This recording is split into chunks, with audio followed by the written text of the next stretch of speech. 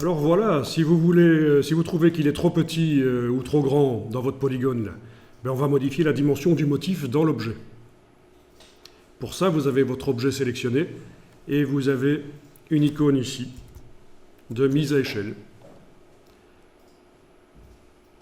Bon, c'est peut-être cet outil-là qui est à la place ou celui-là, mais en tout cas, voilà, c'est l'outil de mise à échelle ici. Vous allez pouvoir double-cliquer sur cet outil dans la palette des outils pendant que votre polygone est sélectionné,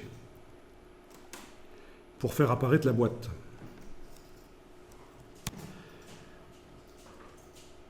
Alors ici, vous avez deux options. La boîte transformation, la boîte mise à échelle, elle agit sur quoi? Sur l'objet ou sur le motif ou sur les deux? Mais dans ce cas-ci, on va décocher transformation d'objet et uniquement garder coché transformation de motif parce qu'on veut redimensionner le motif et pas l'objet. Vous pouvez cocher la case aperçue. Et au niveau du redimensionnement, je vais par exemple passer à 200. Touche tabulation, je ne clique pas sur OK. Pour valider ce que je viens de mettre là, c'est la touche tabulation. Et voilà, il est plus grand.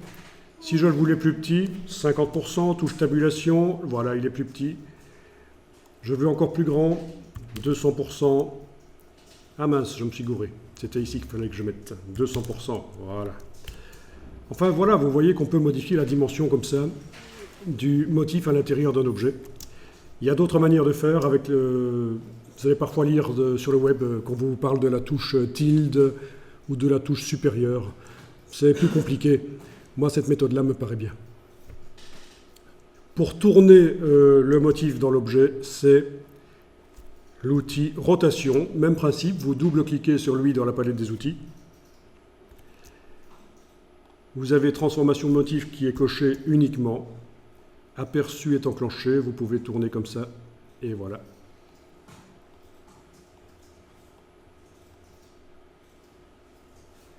OK.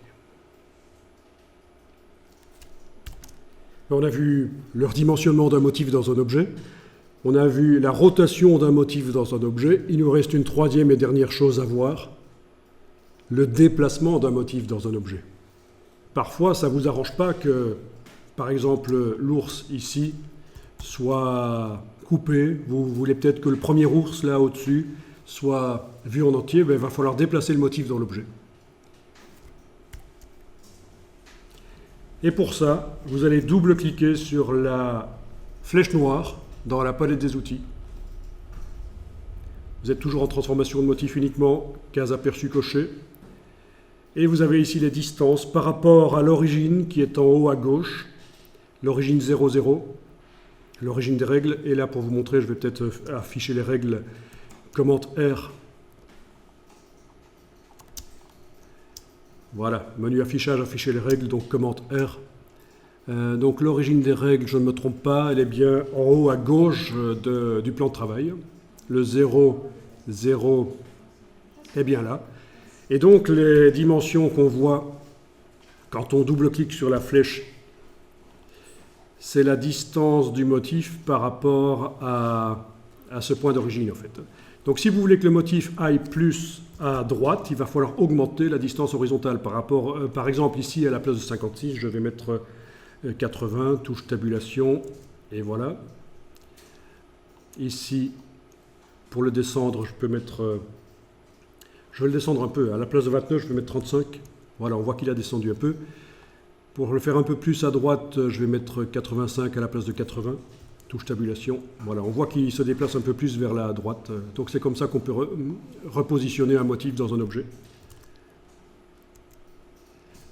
Petit à petit. Il ne faut pas mettre des valeurs trop grandes, bien sûr, vu que l'ours lui-même ne fait que quelques millimètres dans le motif. Voilà, bon, on va dire c'est bon comme ça. Voilà, je pense que là, vous êtes paré vraiment pour mettre des motifs dans un objet et vraiment les positionner comme on veut.